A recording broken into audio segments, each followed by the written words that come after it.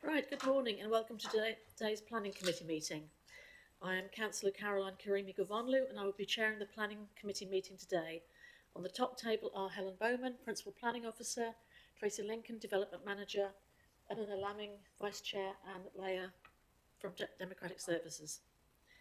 We are not expecting a fire drill today, but if the alarm does sound, the fire exits are clearly signed in green. This meeting is being live streamed. Members of the public are welcome to film proceedings as long as they are not disruptive to record this meeting. Please identify yourself now. Thank you. Please can you ensure all mobile phones and electronic devices are turned to silent. Again. Councillors, please do not use your mobile phone whilst the committee is in session. We will have comfort breaks if needed at various times throughout the meeting. If you must use your mobile, then please leave the room. However, you will appreciate that this could result in you not being able to vote on the matter under discussion at the time you leave the room. The order of business is as set out on the agenda. Members of the public can only speak if prior arrangements have been made, in accordance with the Council's scheme of public speaking. The time allocated is a maximum of 5 minutes per speaker, Parish Council, with a maximum of 15 minutes per category. Only people who have registered to speak will be able to address the committee. The order will be as follows. The planning officer will present the application. Public speakers will then be asked to present their case, followed by questions from members of the committee to clarify something the speaker has said and not to invite the speaker to put further points across. The order of public speaking is Parish Town Council first, followed by objectors and finally supporters, e.g. the applicant or the agent. Council members who are not members of this committee will then be invited to speak for the allocated time of a maximum of 5 minutes per speaker. This will be followed by questions from members of the committee. Again, these questions will only be to clarify something the speaker has said and not to invite the speaker to put further points across. The committee will then discuss and determine the application. Finally, there is no provision for members of the public to circulate documents, photographs, e.g. at the meeting. Are there any questions before I open the meeting? Okay, thank you. Can we have any declarations of interest? Bill? Yes, I sat on the Helston Council that was talking about this second case today, Overbury Road. You didn't comment on it? Okay, thank you. I have a declaration of interest. I know Christian was the architect, but I haven't discussed the case with him at all. Is anybody else? No? Okay, we'll go to apologies, please. Leah. We've received apologies from absence and Councillor Mear. Thank you. Would you like to, excuse me, to confirm the minutes of the meeting of the Planning Committee held on the 6th of December? Is everyone in agreement with those minutes, please? Are there any matters arising from those minutes? No? Thank you. Okay, we'll go to applications. The first one is 42 Park Road, Spixworth, and we have Helen to present this application. Thank you.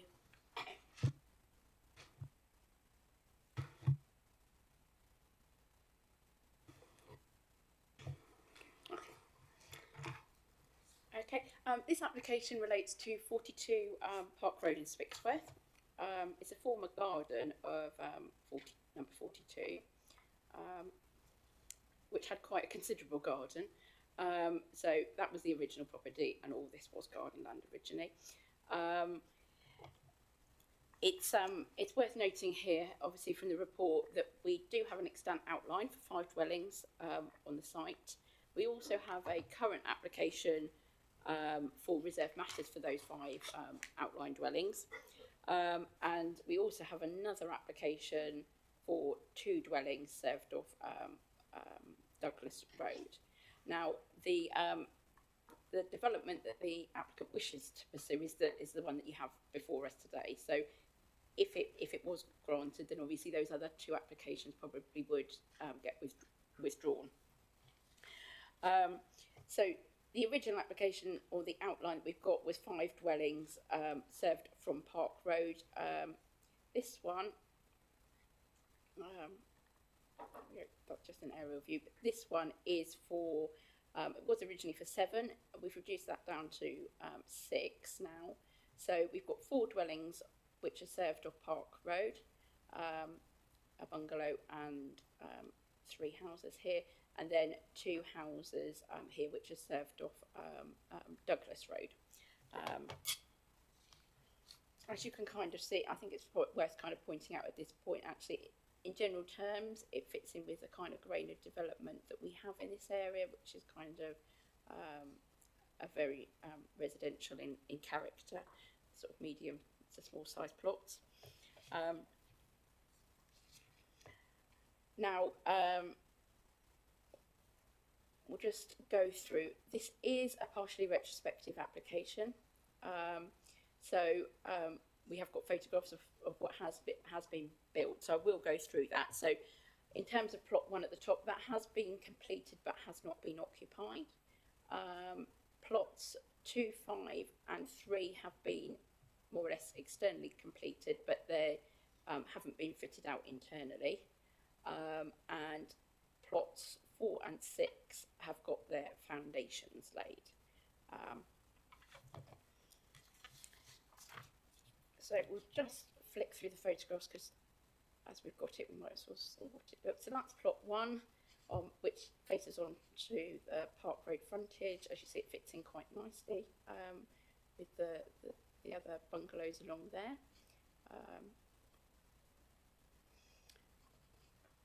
There's also, which is an update to the report, there are car parking spaces that have been installed to the front of this property, so that is an update. So this plot 1 will have more car parking than the report initially put out, but I'll go into that in a bit more detail, but it's just worth noting that the car parking spaces are there, and obviously there's further spaces, 2 spaces to the rear and a garage, and that's the elevations. The site does slope down reasonably down towards Douglas Road. It then goes up again to the those properties at the rear are then at a higher level, and Douglas Road again is at a slightly higher level.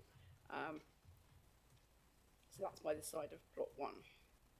Okay, this is plot 2, so it's nice design, good quality bricks that we've got there.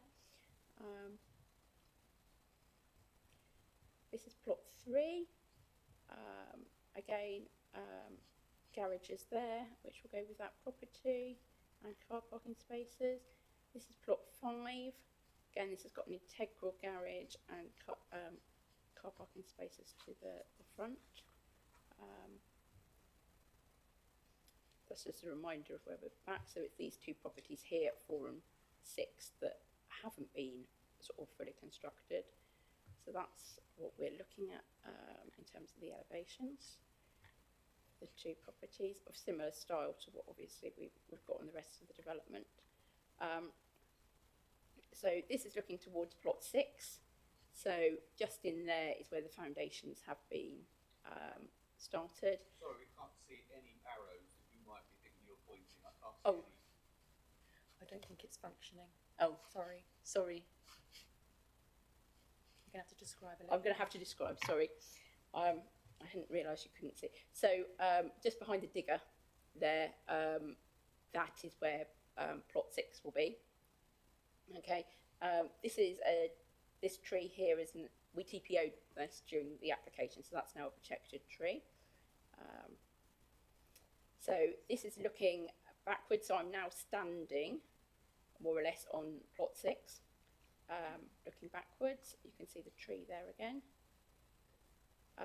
This is looking towards plot 4, so you can see the very edge of the outline of the garage there, and then just behind that pile of bricks, then you've got the foundations there for plot 4. Okay, these are a couple of photographs of from Douglas Road. So we've got a varying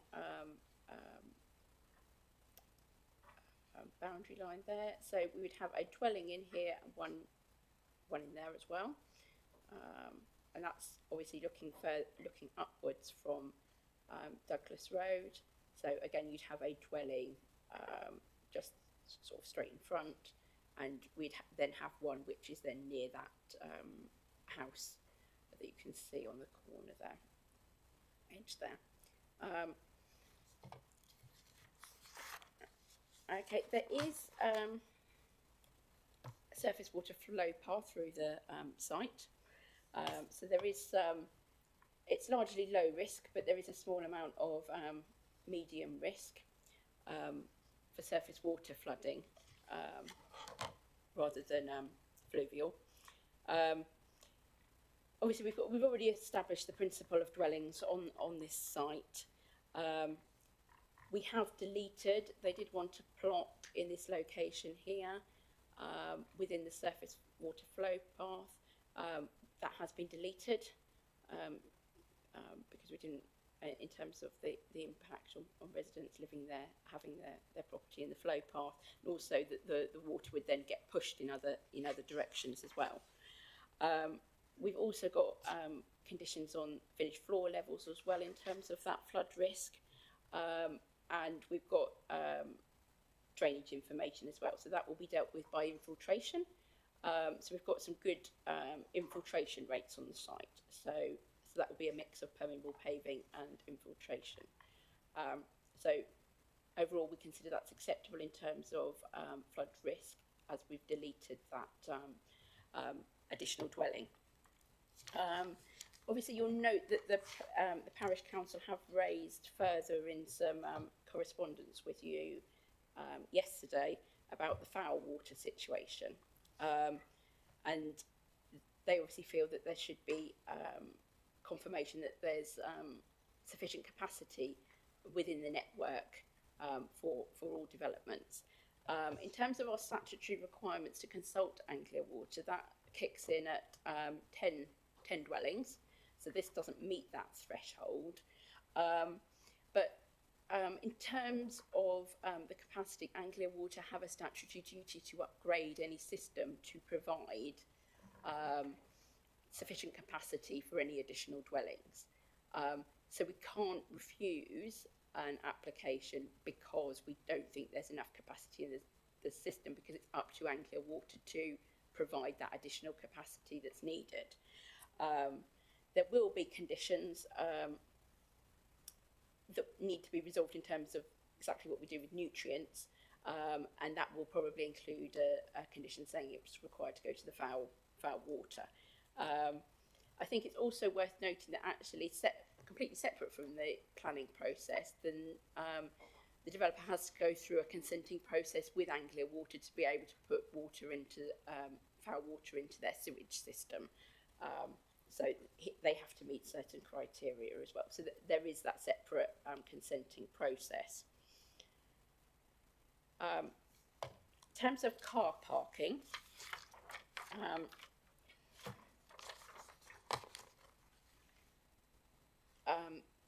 this is quite a concern from the parish council, and obviously they provided you with additional information yesterday. In terms of our local plan, obviously we have TS4 in the development management policies, which requires adequate car parking to be provided. There's also the county council have guidance on parking standards for developments as well. But the Spixworth neighbourhood plan does have a specific policy which requires off-street car parking to a certain standard. So that standard is higher than the NCC standard. You can see here that the Spixworth neighbourhood plan would require 2 spaces for 1 bedroom, whereas the NCC standard is only 1. 2 bedrooms, it's the same. 3, it's the same, but an additional space is required for the Spixworth neighbourhood plan for 4 bedrooms. I think it's worth looking at in terms of that policy in a second, in terms of the wording, that obviously it's recommending that it meets the car parking in the standard. But the policy also states, in cases where development site is in a location with good accessibility and good proximity to public transport, a lower off-street car parking standard may be acceptable. Okay, so it's not a fixed standard. It's a desirable standard, but there are circumstances where it doesn't necessarily make it unacceptable if we're slightly below that standard. Obviously, we were in the development limit for Spixworth. We've also got bus routes in close proximity to the site on Park Road, etc. So people can access services without the need for a car. So I think we'll just go through what is being provided on each site. Plot 1, there is an update on the supplementary sheet, because actually when I went to retake the photographs for committee, the developer has actually put some spaces at the front as well. So plot 1 actually for a 3-bedroom property actually has 4 spaces. So that's an over permission, plus they have a garage that they could use as well. So that one is acceptable. Plot 2, again, that has over provided. That's a 4-bedroomed house. That's got 4 spaces to the front, and it's got 2 smaller garages, but it has got that garage space as well. Plot 3 is here. That is got 2 spaces plus a 21 square metre garage. Now the Norfolk standards generally require garages to be counted to have 21 square metres in terms of their area. That allows to have sufficient space for a car, but also to have room for bike and other bits and pieces you might want in your garage. So that garage is big enough to meet those needs for that site. I think at this point it's probably also worth noting that the parish council have quoted that 3-bedroom or 2 or 3-bedroom places couldn't use a garage in the Norfolk standards. We have been through that and we can't find where that quote has come from. So they just specifically say that it should be a 21 square metre garage to be counted. So plot 4, again we've got 3 spaces with that property externally, and then we have got one of the 4th space required is with within an 18 square metre garage. That's slightly small garage on that site. It doesn't mean you couldn't get a car in it, but it's just slightly on the small side. So there's a slight under provision in terms of the Spixworth neighbourhood plan for that plot, but it does meet the NCC standard. Plot 5, that's a 3-bedroom property, so that's got 2 spaces. Again, these ones are quite good because you can get 2 people can get in and out without having to do any tandem park.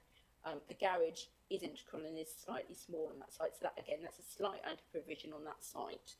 And plot 6 is a 3-bedroom and needs to provide 3 spaces and has provided 3 spaces. So there's a slight under provision on 2 of the sites, but we are providing garages on those sites, and they have got the ability for more than one car to get in a space. So given the sustainable location, we consider that car parking is acceptable in this location, and it isn't something we could warrant refusal on. We have lost appeals and got costs because we've been in a situation where we've tried to refuse things because they didn't meet the car parking standard, and the inspector said you need to look at things in the round and the location.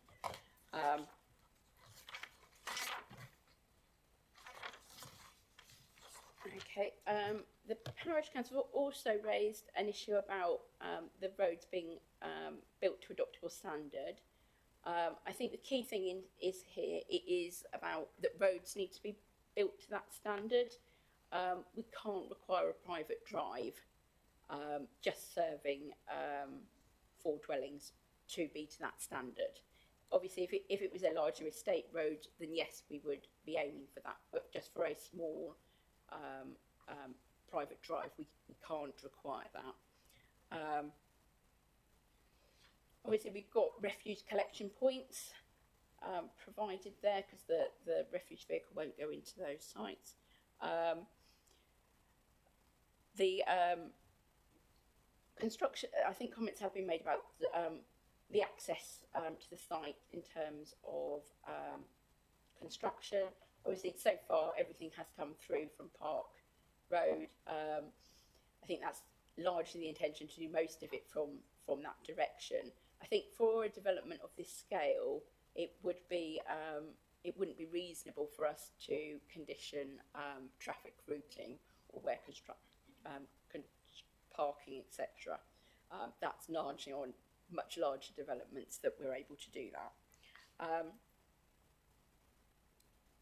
So overall, we do consider that the development is acceptable. There will be a requirement to provide a nutrient mitigation. The applicant has applied for credits. They are now being released, so the recommendation is subject to obviously those credits being purchased, and obviously a Section 106 to provide a GIRAMS contribution in terms of the impact on protected sites, recreational impact, and also general open space provision. There'll be a commuted sum for that. So we'd like to recommend approval subject to the conditions set out in the report. Thank you.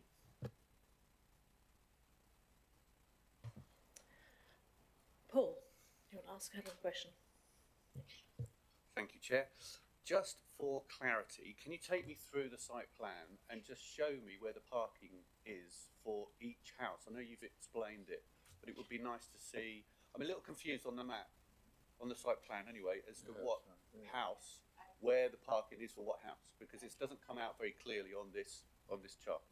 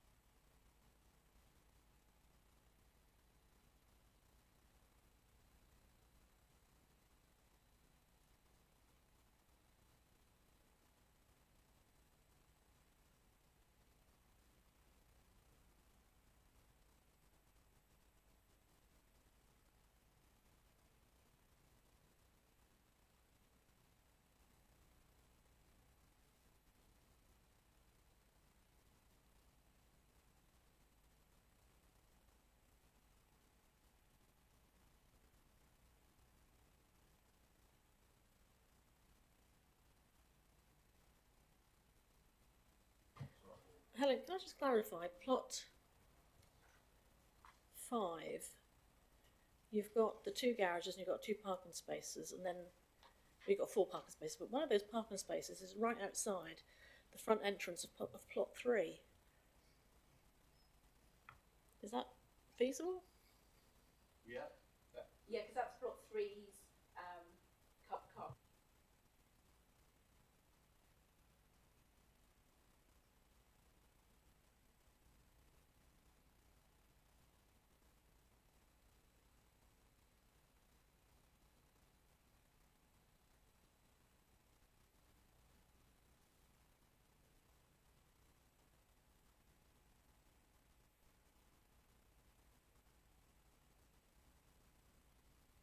Lana, yes.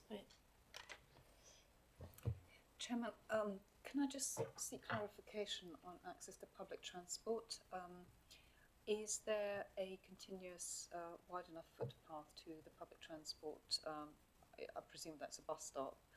And how frequent is the service from that bus stop? And does it pick up and drop off at a pretty much similar place? So, is the bus stop, is the bus pick up and drop off fairly close together? So basically what I'm asking for, A, is there a continuous footpath, and how far away is that bus stop, please?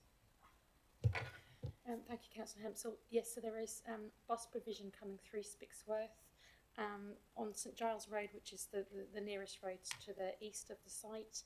Within less than 50 metres, there's a bus stop on either side of the road in that location. And further along Park Road to the again to the east, I'd say again within 100 metres, there's a further bus stop. I'll just double check. Oh yeah, so there we go. There's a stop on. You can see it. That little blue bus site on there. That's a bus stop, and then there's another stop which is off the map. Further up Park Road. Is there a safe pedestrian crossing place between those two? I can't see. Yeah, so correct. There are continuous footpaths in those locations, and vehicle speeds aren't significant. It's a residential area. Roads are fairly narrow, so it's a safe location to walk to the bus provision. Councillor, you got a question for the officer? Yes. Yes. Okay. Chair. So in page number states that there was a history of flood in Douglas Road, and the property is sloping down from the parking road to the Douglas Road. Does it increase the risk of flooding in Douglas Road? Just for a clarification. Did you catch my point?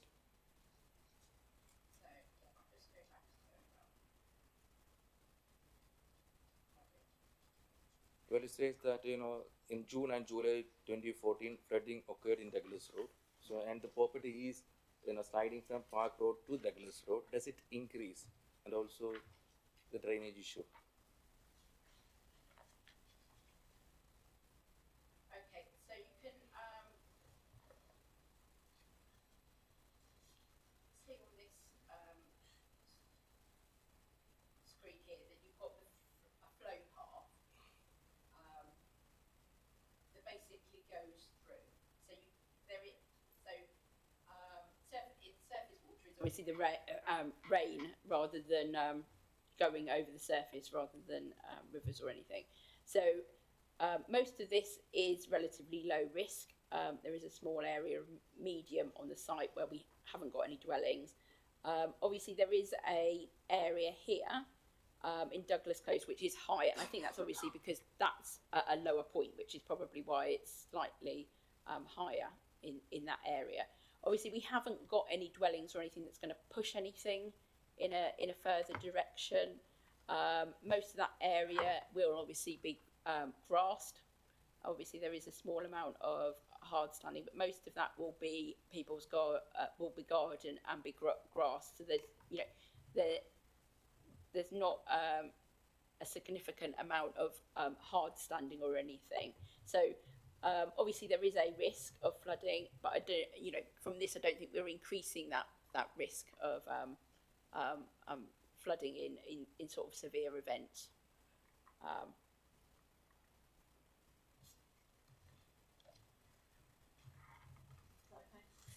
Yeah. Karen, would you like to go first? Thank you, Madam Chairman. I've just got a couple of questions, if I may. I was going to ask about parking, because there's been quite a discussion about that, but just on the flooding, while that's on the screen. The two properties proposed to be accessed off of Douglas Road in that corner there. What's the gradient? Is it tipping towards, excuse the lack of technical knowledge or explanation, but will they be sloping towards, will those plots be sloping towards Douglas Road or away from Douglas Road? Actually, the levels are... Levels, that's the word.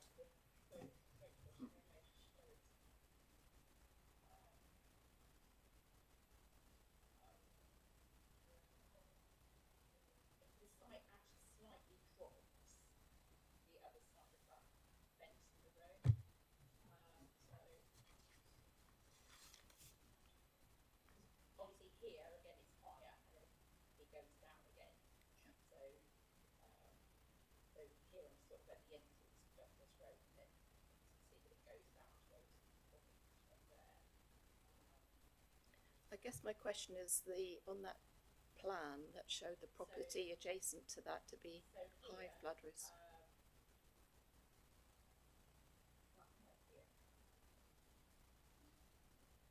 So what plot is that one you've got there?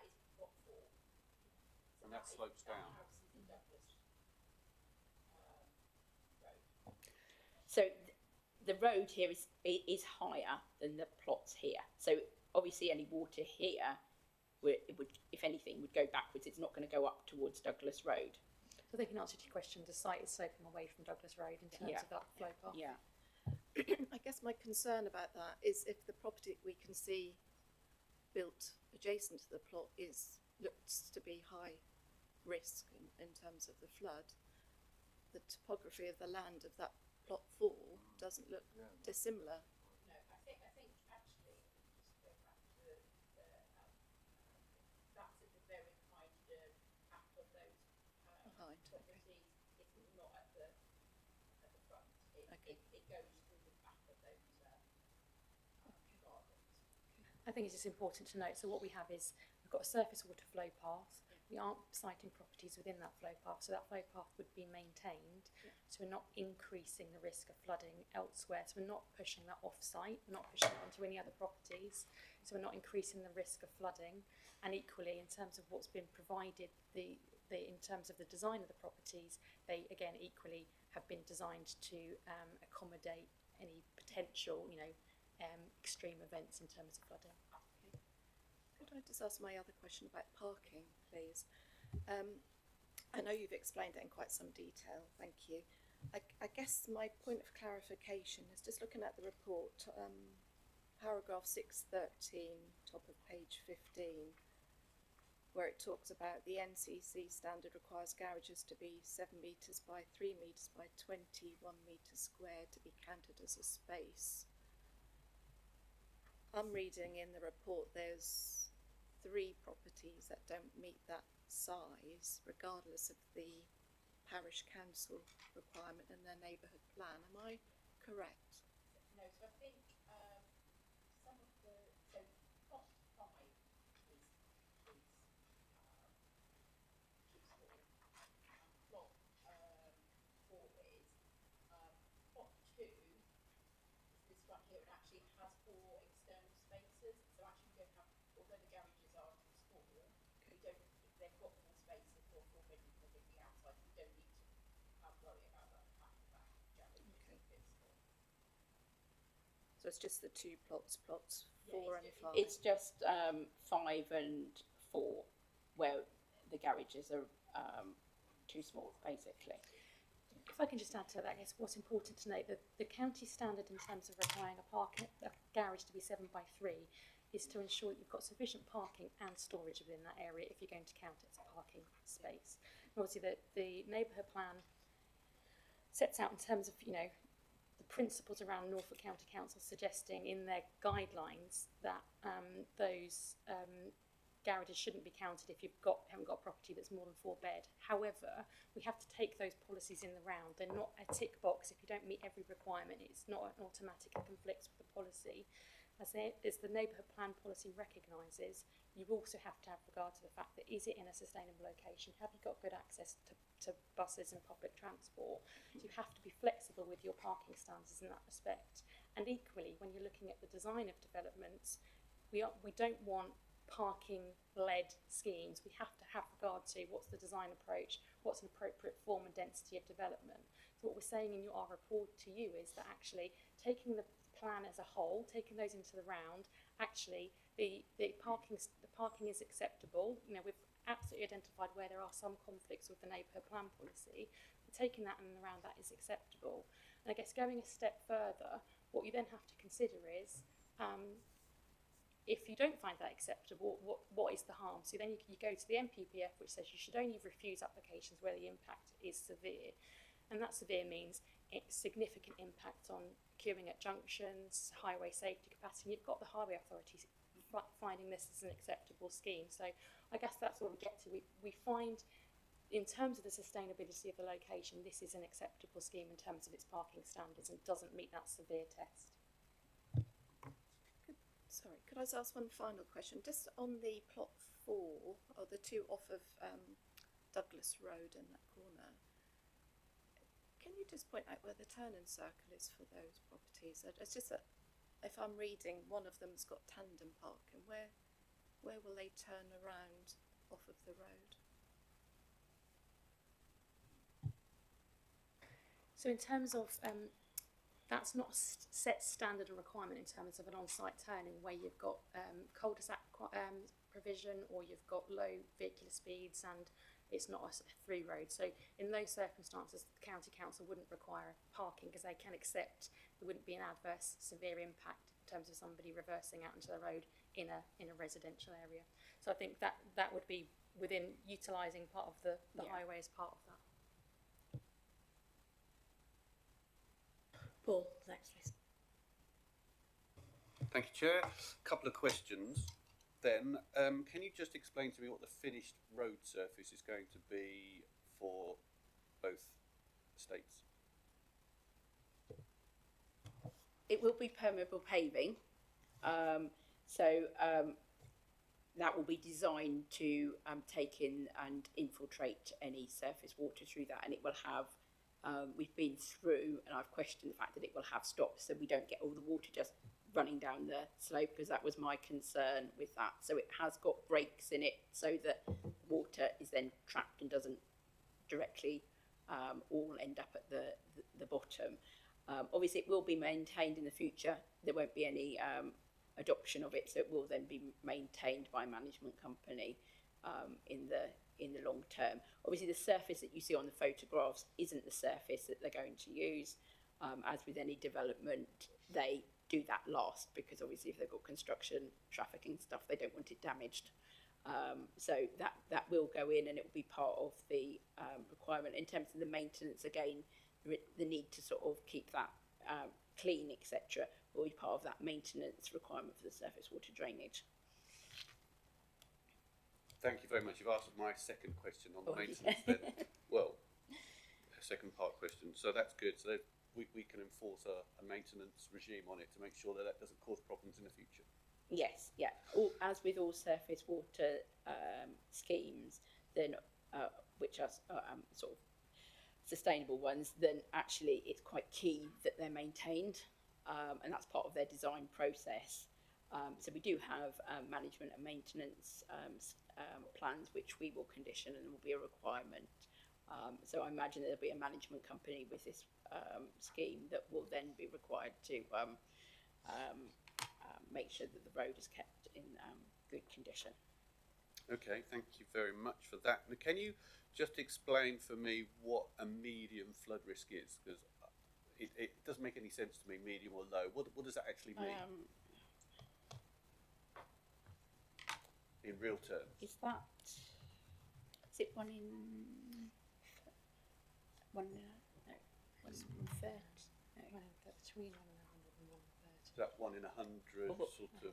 Yeah, so event, it or no, yeah, 10? so it's not, it's between 1 in 100 and 1 in 30, but that doesn't mean that it would only happen every 1 in 100. So there's a 1% chance of that type of event happening in a year. That's what that means. Or a 1 in 30% chance of in any year of that type of event occurring. Okay, and the last question is about the neighbourhood plan. So in general, this is a general thing, what priority does a neighbourhood plan have in your planning decision? Does it take priority over the national one, or is it subservient to it? So the neighbourhood plan forms part of the development plan once it's made, and this was made back in 2021. I've got that written down. So it has, in that sense, as a starting point, it has equal weight. What we then have to look at is the degree to which the existing development plan is that out of date, the degree to which that's consistent or otherwise with the National Planning Policy Framework. So where there are conflicts with two separate plans, whether you've got a more up-to-date plan, that should take precedence because that's the more up-to-date version. guess what we've got since the neighbourhood plan, you've got your MPPF that's introduced some tweaks and some wording. I don't think anything significant really in terms of the highway and parking requirements. So I guess you've got a slight increase in terms of your neighbourhood plan policies in terms of weight, because they are newer in relation to your overall development plan. Having said that, when you look back at the neighbourhood plan policy and your development management policy, they are, despite the fact that you've got some slight nuances in terms of the amounts of parking requirements per property, what they both say is, which is consistent with the MPPF, you should apply those standards flexibly, because you should be considering whether that location is sustainable, and then you should also come back to where you should only refuse applications where the impacts are severe. So that comes back to the degree of consistency with the MPPF. But yeah, to answer your question, it has equal weight, but albeit in this scenario probably slightly enhanced because of it's newer than the main development management policies. Okay, thank you. Eleanor, you're next. Yes, thank you. Another parking question. Spixworth Parish Council are suggesting there should be visitor spaces provided in accordance with NCC parking guidelines. Is that correct? So the NCC parking guidelines do set out, again, they're guidelines that on-street parking ideally should be designed within developments. We have to have regard to the nature of the road network around the area and the potential impact in terms of highway safety around on-street parking. Now, appreciate obviously the purpose of the policies in the neighbourhood plan were as a direct result of concerns around on-street parking. I think we can recognise that. Obviously, we have got areas of low speed, we've got fairly narrow roads, so that's acknowledged. However, we do come back to, you know, in this scheme we haven't got on-street parking because it's a driveway, shared driveway situation. We don't consider in this scenario that is necessary, and we wouldn't refuse the application on the basis of lack of on-street parking. Helen Bowman has referred to a recent appeal decision, which was one in Taverham, where the council refused an application and we lost that on appeal, and we had costs awarded against us. And that related to looking at the impact of insufficient parking on site and whether there would be an impact off street. And the inspector considered we were acting unreasonably in having one parking space lower than the standard set out, and on-street parking is acceptable and there wasn't an adverse impact in terms of highway safety. So we do have to be mindful that some on-street parking is acceptable and we are in a sustainable location. Ken, would you like to ask a question? Thank you, Chair. It's just for clarification. I had concern. I didn't quite understand because Councillor Vincent raised the questions on plot 4 and 5, and I didn't get quite clear the answers. It's probably my hearing, but perhaps I could ask Councillor Vincent, did you get a satisfactory answer to that?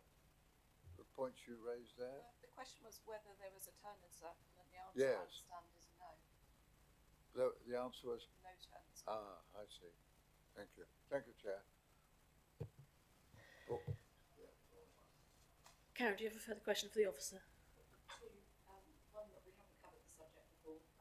Just a point, just to clarify, and it's picking up the point that Paul had made around the neighbourhood plan and the weight it's given. It's particularly policy 7, and I'm reading this off of the tabled response from the parish council, where it talks about the requirement to demonstrate sufficient capacity before the occupation of those properties.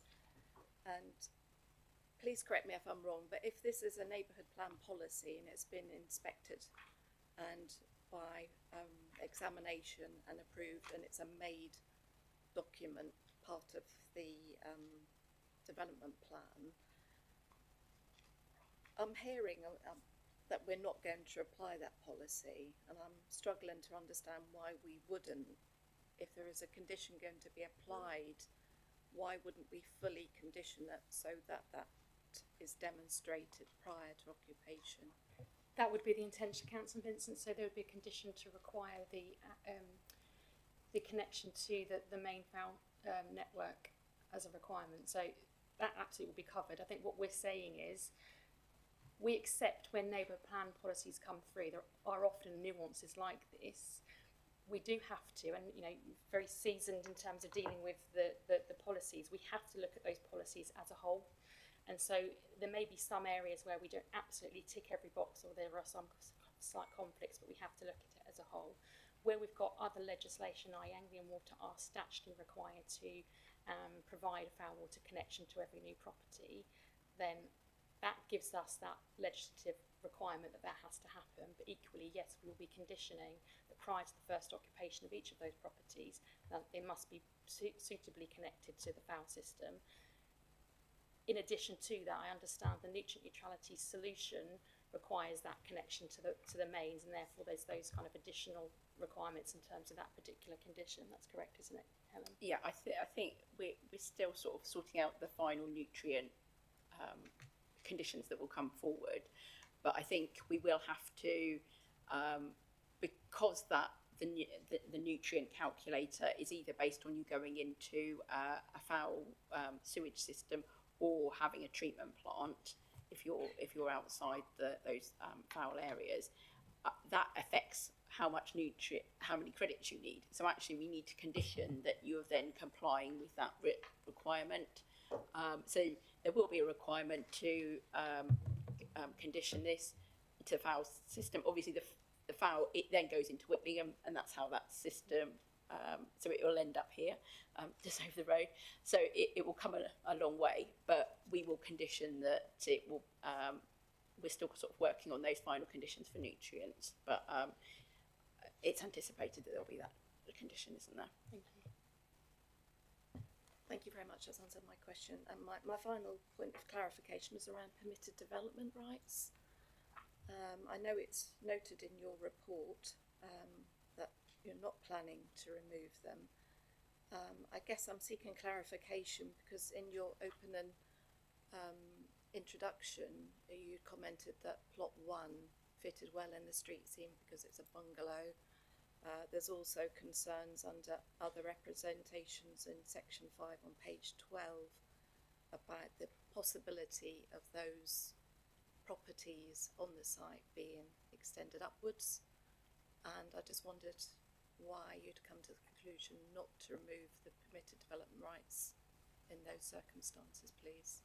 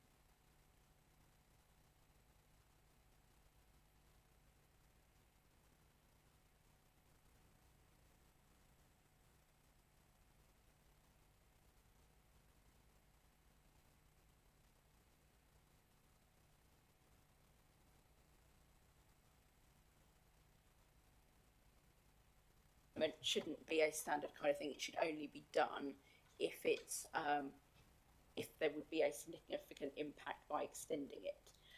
So it may be on much smaller plots or in rural locations where actually the design is quite key and things on barn conversions. It shouldn't be a sort of a standard approach unless there's a particular amenity issue for us to extend. I think you're not going to be able to really do too many two-storey extensions on these properties. Because of the size and the requirements of the permitted development. So it would just be largely single stories or potentially loft conversions, but I think we'd be quite limited on raising the height of the roof of any of those. Realistically, they would need to remove that right. I do think we've questioned the officer quite a while now. Is it a new point, Lana? Yes, Chairman, because riding on the back of not removing permitted development rights, surely we would want to protect the parking spaces at the moment. So we as a as a planning authority, bearing in mind that if this was given planning permission, then we would want to protect the parking spaces so that the development remains policy compliant to the degree that it does already. It doesn't get any worse. Surely that would be so. Question, clarification, why that wasn't considered.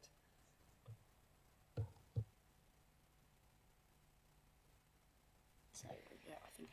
Councillor Hampson, yeah, I think we wouldn't disagree. I think where we're requiring parking garages to count for those parking requirements, then absolutely they need to be protected so that they are retained as parking. Just to kind of back on a general point, obviously it's for members to consider on balance if there are particular amenity reasons or whatever other reasons in terms of parking that you feel a permitted development right should be removed, then obviously that's for the committee to consider in terms of that balance. Thank you. I'm going to take one more question from Paul, please, and then we'll go to public speaking. Thank you, Chair. Just on a completely different subject, what occurs to me and something I thought about when I was reading these is overlooking. Plot 3, I thought perhaps might overlook 109, and it wasn't that clear on the photos whether it would or not. Well, those properties go. Is that a concern? I think the level of overlooking is acceptable. There is a sort of a level change so that they're not directly. Yeah, it's difficult to yeah. see the So, topography really it's- of the ground. That it's- one looked like there might be a bit of overlooking to the back Yeah. there. So in terms, these properties are at high. So these windows are then coming onto the side. So there would be some overlooking, but we've considered that it's an acceptable level that we've got. Okay. I didn't know there was an acceptable level of overlooking. Yes, there is. So every development will have some degree of impact on an adjacent property, and that's just taken. What we're saying is some impact is acceptable, but you have to assess the degree of impact and whether that reaches a level that's unacceptable in terms of is that significant adverse, and that's what your policy sets out. So an element of in an area where we've already got residential properties where those properties sit amongst one another, they already have that element of you're next to another property, you're already overlooked to some degree, then we have to take that into account in terms of actually there's already that tight, close-knit relationship and some level of overlooking is acceptable. So there's a consideration in terms of the context of that and the degree of harm for that. Well, that House 109 would have been looking over a nice, lovely green open space, and now it's not. So. Sorry, so that's different. So what you're suggesting is their view or what their outlook was. What we're talking about is there an impact on their privacy in relation to those Sure. those well, windows? they're kind of connected, aren't they? Really, they would have had privacy and a nice view, and now they haven't got either. So it's very well tested on appeal. So you need to consider a significant adverse impact on amenity to refuse an application on that basis. So some overlooking is acceptable in the context of a existing residential area.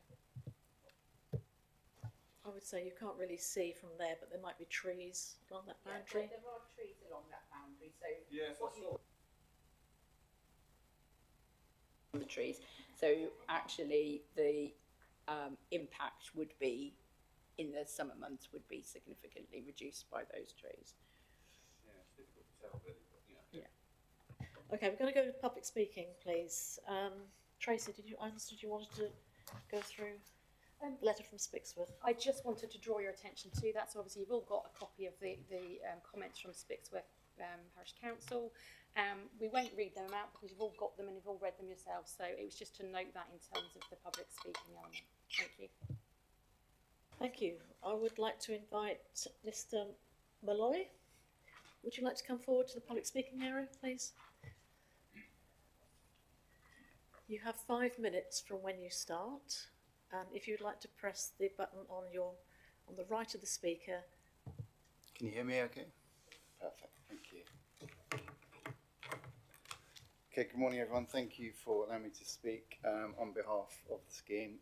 My name is Christian Malloy from CAM Architects and Project Architect for this scheme on behalf of the client. And apologise in advance if I kind of cover some of the elements that have been already mentioned, but I thought I'd just summarise from our point of view for the scheme's benefit. This current application for 6 dwellings obviously replaces the previous outline application for 5. The 5 was fundamentally the same as the current application, albeit the 2 new plots that we're proposing to be accessed off Douglas Road, they supersede the larger 5-bedroom building that we had previously, as before received outline approval. The reason for that is because during the sort of period of this application, COVID lockdown hit, so there's obviously a huge delay in that period. And also the nutrient neutrality sort of rules that came in for the new planning policies also caused like quite a delay to the application for almost 2 years. So during this time, the client kind of looked and reviewed at any opportunity to improve the site. Obviously, it's a generous open site with sort of spacious kind of gardens around each plot. But the building towards the end on the previous scheme was slightly landlocked, and you had to pass all the way through from Park Road to get to it, which was not ideal in terms of obviously visiting access, but also for bin collection. So the opportunity to access off Douglas Road with 2 smaller properties was less of a massing kind of a building. The orientation could be tweaked. We made sure that we missed the cursage of the root protection zones. Windows, I know sort of overlooking was an issue, but windows, especially at first floor, we strategically placed bathroom windows with obscure glazing that would face neighbours. And also neighbours, you'll see on some of the earlier photos, they're blanked gable walls as well. So there aren't as much as an overlooking issue as you may see on a sort of site plan layout. So in favour of the 2 sort of smaller buildings, access of Douglas Avenue, this gave us the opportunity to obviously have a frontage presence to Douglas Avenue rather than the rear of a building facing that road. It also allowed us to have a sort of shorter distance for bin collection, which is much more practical for the residents.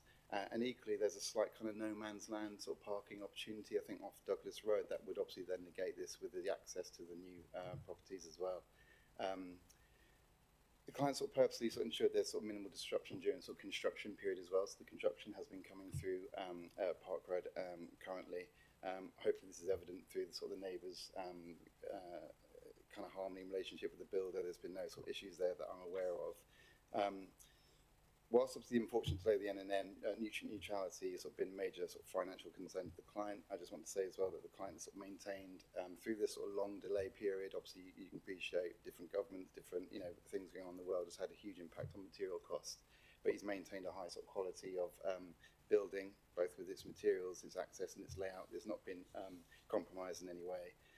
So I hope you sort of provide sort of some lovely homes with huge sort of spaces around them. The curtilage of the boundary with the ecology of sort of trees being protected as well has all been preserved, which maintains basically from the neighbours' point of view a sort of a continuation of their view, as you sort of pointed out earlier, with what their views may be. And hopefully there's an understanding that the current layout of the neighbourhood obviously has a certain proximity already with neighbouring buildings. That's obviously had a harmony up till no issues as such of sort of proximity to other buildings.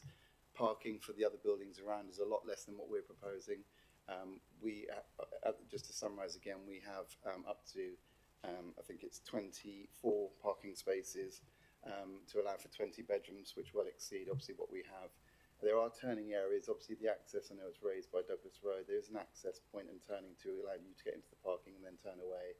And all the parking will remain on site, so it won't overspill to any of the properties. There'll be no issues. In fact, on street level, you would hardly notice any differences. Thank you. So on that, the drainage as well is contained within the site. As mentioned before, we've got attenuation and some good sized soakaways. Along with the tree sort of root protection, there's a real concentration of being protective of the tree roots, so we don't damage tree roots, and we keep the sort of drainage remaining on site, so there'll be no overspill sort of, to other adjacent properties. So just to sort of finally sort of say, as the development exists on a large site, another client potentially could have looked to overdevelop the site, but my client has obviously been insisted and very conscious of its setting to respect the sort of local context and provide hopefully a sort of beautiful homes which you'd be more than welcome to visit should you wish in this sort of popular location. Thank you for your time. Thank you, Mr. Malloy. Has the committee got any questions to clarify what the speaker has said?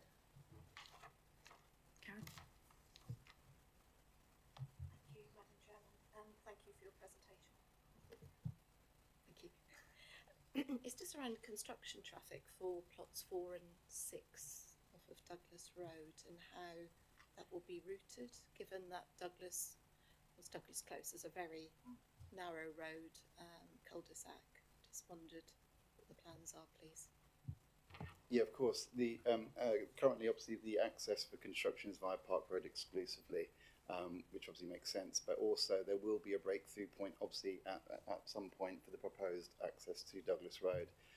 It is a conscious, again, not just trying to be saying the right thing, but it's been a conscious kind of awareness to keep the construction traffic through the main part of the site via Park Road, because obviously the access to Douglas Road is prohibited. So it makes sense for sort of certain vehicles to come through Park Road, but there will be obviously some construction traffic going through Douglas Road at some point, but hopefully towards the end of the construction period.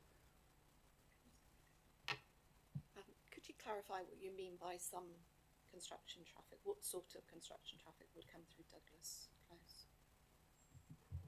There's no need for certain kind of deliveries to come through Douglas Road. As sort of mentioned, the sort of breakthrough through Douglas Road to sort of create the road access and that kind of immediate branch through into that kind of two sort of plot and driveway will be the sort of end product of any kind of deliveries or construction traffic, which will be minimal. Hopefully, the larger lorries, larger deliveries, larger kind of vehicles, if you like, the lion's share of that construction activity will be through Park Road and sort of work from a sort of a rear garden aspect until that's finished, and then obviously once the garden areas are finished, then the kind of laying and the kind of finer, smaller sort of vehicle movements will happen towards the end of the construction period. Thank you. Paul, please. Thank you, Chair. I have a little question about parking, and I appreciate you've provided more spaces than the neighbourhood houses. I just wondered, looking at the issues that we have around parking there, for me, it's really plot 5 is the only one that you could probably say there isn't enough parking for. Only because it's a tandem, which is always awful for parking. It makes lots of issues. Oh, no, it's not. It's side by side, sorry. I just wondered, how realistic would it be to put a parking space at the front of the house, like you've got in some of the other houses have got some spaces. Plot 4 has got a spot out the front. Is that realistic thing to do or not?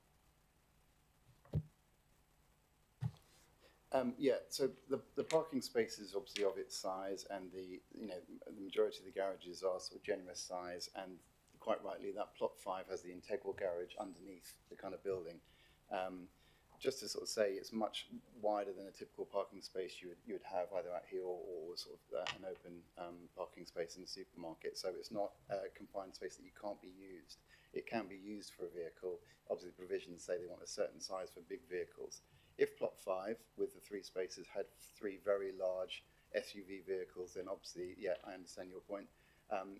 So there would obviously be an opportunity if that would be something that would progress the scheme to sort of accommodate another parking space, that could certainly be looked into.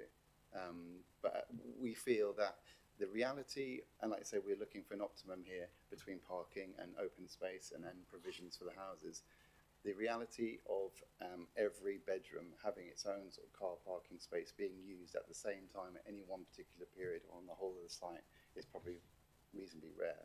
Again, not to just sort of compare, but obviously the other houses that have X amount of bedrooms with probably less parking spaces, the reality is that there's not an issue there either. So we've tried to cater for as much as we can without compromising the scheme or the layout, or have a complete car park kind of feel within the site.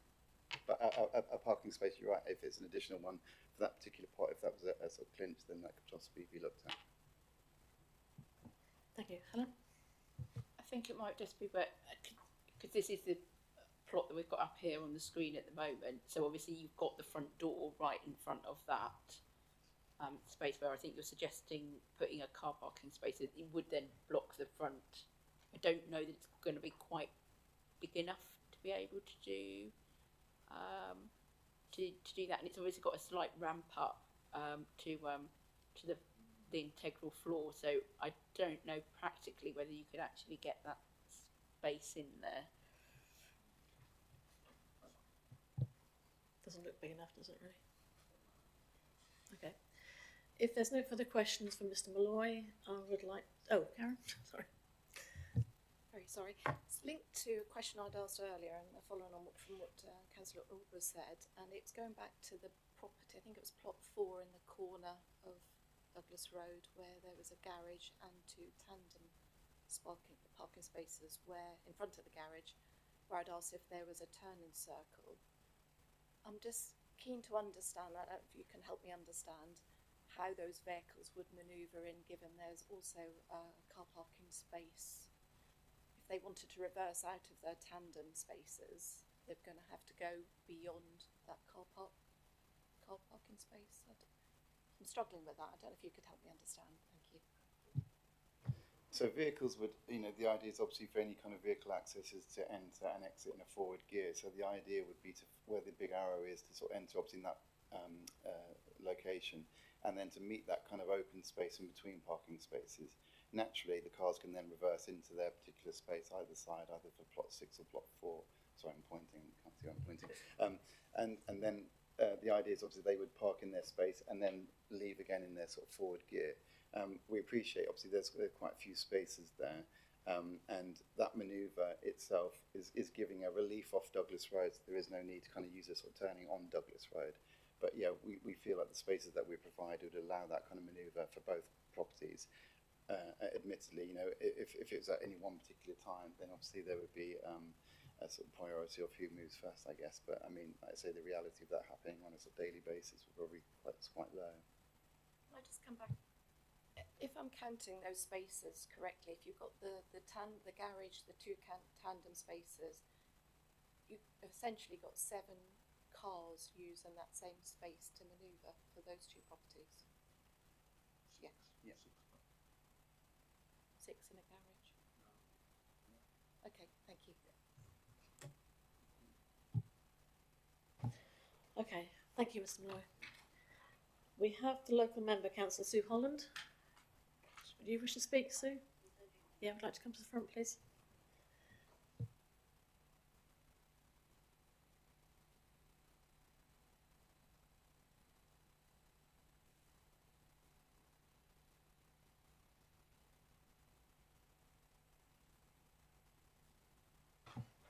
So you have 5 minutes from when you start.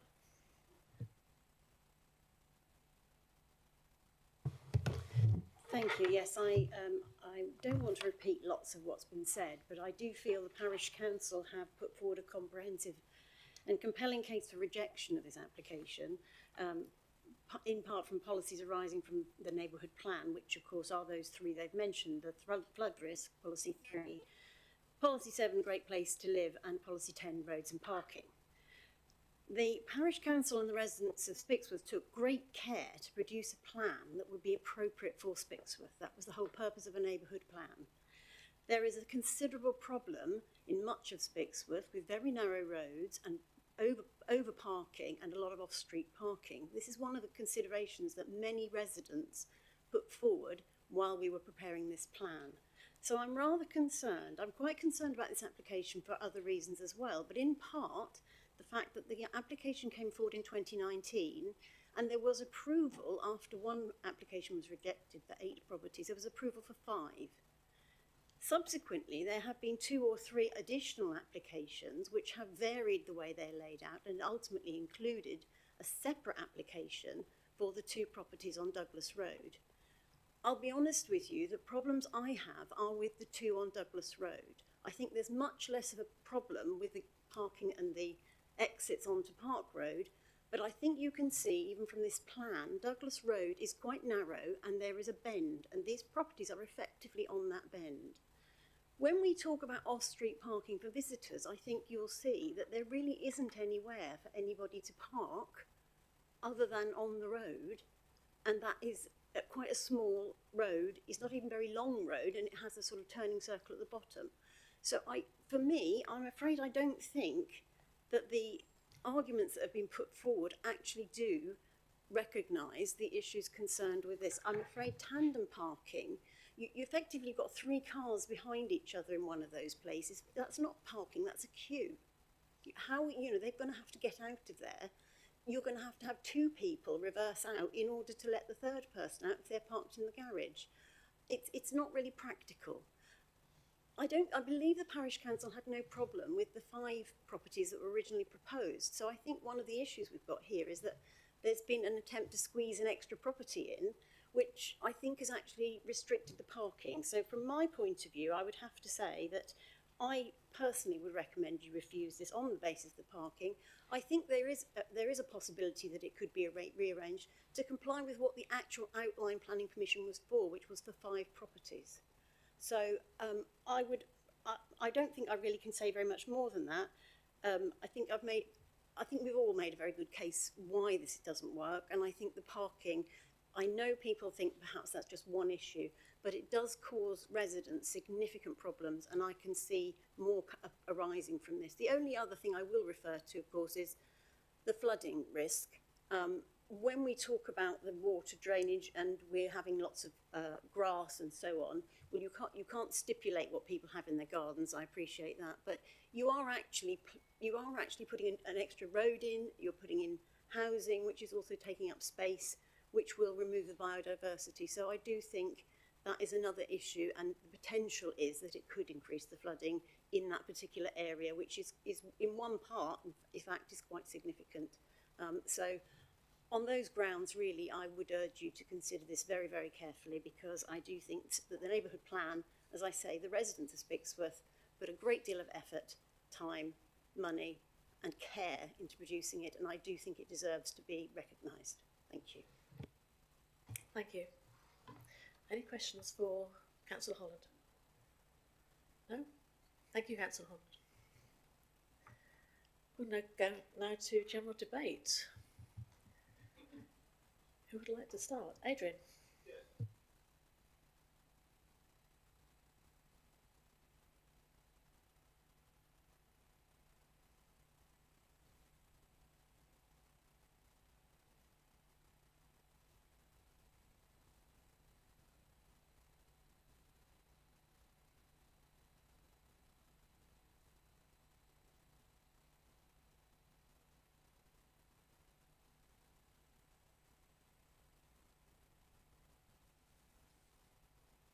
Yeah, that's the only property with a built garage. That's the only integral garage, and obviously that it wouldn't be reasonable to remove the that right for instance with block 2, because they've already got 4 external spaces, and then the garages are kind of extra. Yeah. So we can kind of look at that on which spaces we're actually using as part of the standard, rather than sort of additional spaces. Yeah. Okay. Okay, anybody else, please? Lana? Yeah, thank you, Chairman. I've listened to the questions quite carefully, and actually contributions of the local member, and I'm not going to pretend that I don't feel that the parking arrangement is not generous. However, even when it relates back to even when Councillor Holland related back to the provisions of the neighbourhood plan, even the neighbourhood plan recognised that when a property is in a sustainable location, and 50 metres to the bus stop is the length of this building, and I'd be quite pleased if my bus stop was that close to my house. And I live in a fairly accessible location. So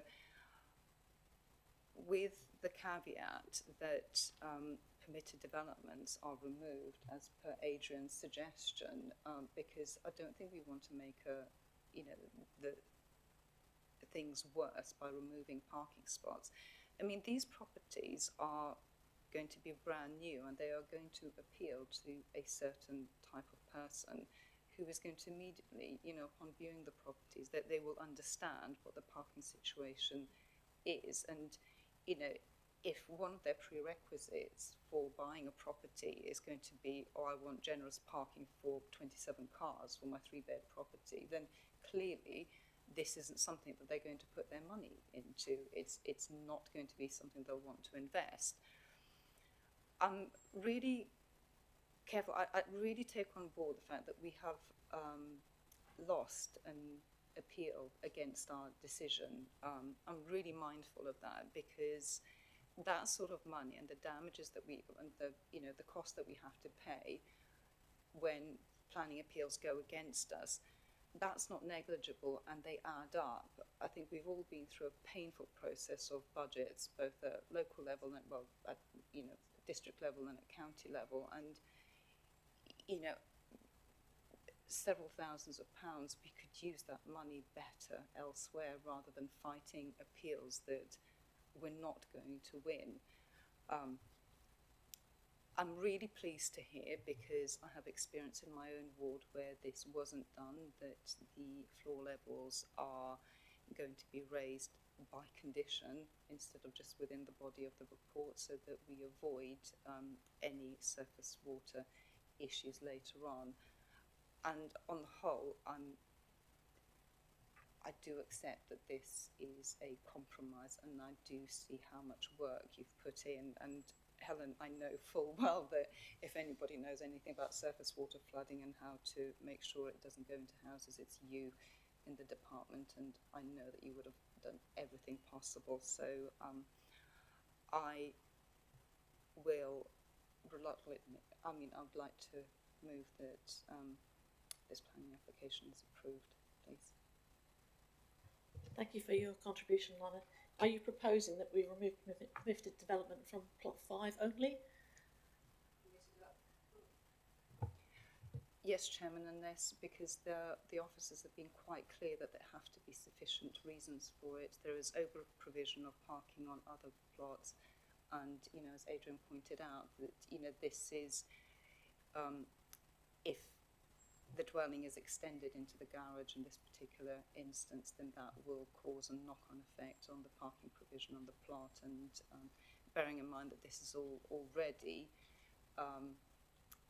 balanced in terms of the decision, if it goes this way, then that's what I'm suggesting, that Okay, thank you. rights Can we are removed. do that? Yeah, just to clarify, Councillor Hempsel, that's absolutely fine. So permitted development rights can be removed for specifically for plot 5 in terms of the use of the garage, and just to kind of clarify as well, the condition which requires the parking to be provided and retained, that will requires the parking to be retained in terms of the external spaces as well. So we retain the control of that in that respect.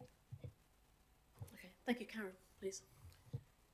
Thank you. I have to say I have a different outlook on this one to Councillor Hempsel. Apologies.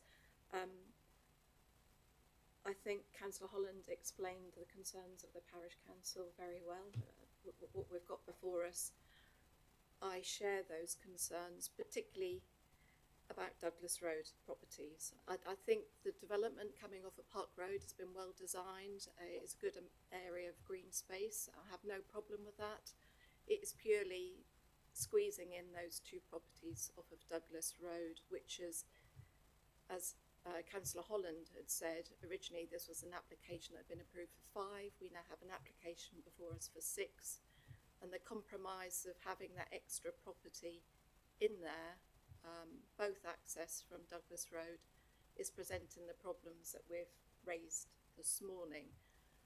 I have severe concerns, knowing and having been up to look at the access myself earlier this week, off of Douglas Road, to have those 7 vehicles, at least 7, because it's providing for 7. And as the Councillor Holland said, it is essentially a queue in that corner. Manoeuvring off of a bend in a cul-de-sac concerns me, and I don't feel able to support it on that basis. I do welcome having permitted development rights should this be passed. But if the committee on a whole decides it should be approved, I would recommend permitted development rights be removed from all properties, purely because of the capacity of parking generally on that site. But personally, I don't feel able to support this application.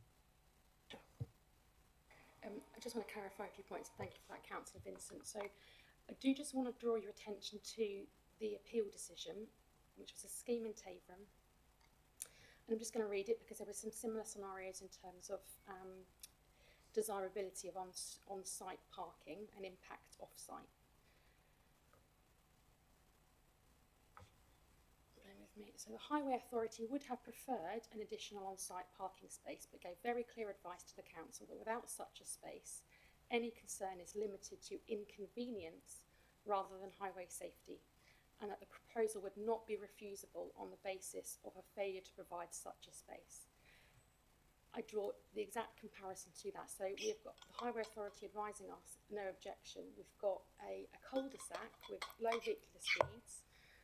So we're not talking a highway safety issue. We're talking it being undesirable or inconvenient. I totally hear what you're saying in terms of whether you think that's too many properties. What you've referred to is that too many properties are causing the harm being a highway issue. I am just concerned in terms of, so clearly in this appeal decision we lost that appeal and we got awarded costs against us because we acted unreasonably in that circumstance, and I'm not convinced that we would be able to defend this appropriately for you if that was the route that you took. So I absolutely clearly hear and understand there may be a need for permitted development to be removed, but in the context of Douglas Road we have to think about the context, the low vehicular speeds, the cul-de-sac location, and the flexibility allowed within the parking requirements. So I just wanted to kind of clarify that point for you. I don't know, you wish to speak? Yes, thank you, Chairman. I'd like to thank Spixworth Parish Council for the letter and the details that they've provided, and I recognise their concerns. In terms of flood risk, I did have concerns about surface water flooding because I'd looked at the comments on the very first application that were made by the local lead flood authority, but I have since been reassured that these have been addressed by reducing the number of dwellings and amending the site location of those dwellings and also increasing the floor height. So I no longer have the concerns I did have about flooding, and also there is of course planning permission already for 5 dwellings on this site. As far as the parking provision goes, I recognise it meets the Norfolk County Council parking guidelines, but not the neighbourhood plan policies. But this is difficult, but in my opinion the difference in the provision from the requirements of the neighbourhood plan is not sufficient to refuse this application just on that basis, partly because of course the application is within a settlement limit with good bus provision. I also thought we were supposed to be aiming in society to reduce car use and increasing the use of active transport. So it has concerned me to some degree, all this discussion about the need for lots and lots of parking spaces for new developments, but I do recognise we have to look at the practicalities of modern life and modern living. I would like to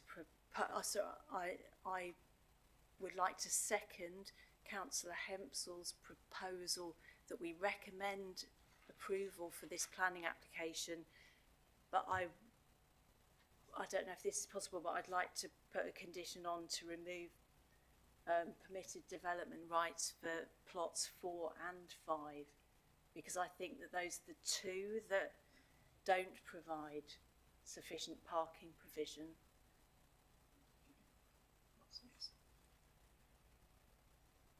Is it 4 and 5 I understood had insufficient parking provision? Is that correct? So I'd like to propose, so I don't know, do I have to put a new proposal forward, or can I add to Councillor Hempsall's proposal if she's happy, if Councillor Hempsall is happy with that? So if Councillor Hempsall's happy with that, then we can obviously put that together as a proposal and a seconder. But if Councillor Hempsall's not happy with that, then we'll have to, and as no one's seconded Councillor Hempsall's original proposal, then we could then move with yours. That makes sense. Yeah, Chairman, could I just get a sounding from the officers about, because they've accepted that removing PD from plot 5 would likely be acceptable. Are they comfortable with removing PD from plot 4 as well? Yes, we are. Okay, so yes, I accept the amended, I expect, yes, Eleanor, basically. Okay. Paul, do you have one final question, please? Thank you, Chair. This is about the properties on Douglas Road. I know Councillor Vincent had problems with or concerns with the turning circle there, and I see from the plan it is possible to open that access onto Douglas Avenue and make it a little bit more space there where the bins are, whether that's something that we could recommend to create a little bit more space there. I'm also minded that we're talking about sustainable travel. Douglas Avenue has a separate entrance, and those bus stops are quite a little bit away, a little further away from those two particular houses than we've been discussing for the other 4 houses. So that's something we should be mindful of as well. And also, if there are cars going to be parking on the road there, that's on a bend. And that's not just a nice straight with easy visibility. You are going to be creating traffic issues on the bend where you're not going to be able to see around the corner. So there were 3 things that I consider that we should consider in our discussions for these particular two houses. So if you could comment on those, that would be great. Thank you. I understand the highways have no issue with that, do they? No, so the Highway Authority haven't raised an objection to it, and I would just reiterate, and I hear the concerns around Douglas Road. It serves, I'm just counting up, approximately 20 properties. It's a cul-de-sac location with low vehicle speeds as a result. So the bend plus the limited properties that it serves and its limited length beyond the bend will mean that vehicular speeds are low. We haven't had an objection from the Highway Authority, so we wouldn't be able to defend a position in terms of a highway safety issue of on-street parking. Okay, if there's no further comments, I'd like to go to the vote. Their recommendations are on page 18 of your report, with the addition that we remove permitted development rights from plot 4 and 5. All those in favour, please, raise your hand.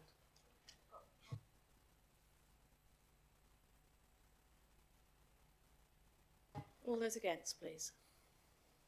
I've got 5 against, Chair. I approve. Right, so that's approved, delegated authority with your casting vote. Thank you very much. Right, we'll go on to application 2, which is 60 Overbury Road. This has been brought to to committee as the applicant is a relative of one of the councillors. Helen, would you like to present on that one, please?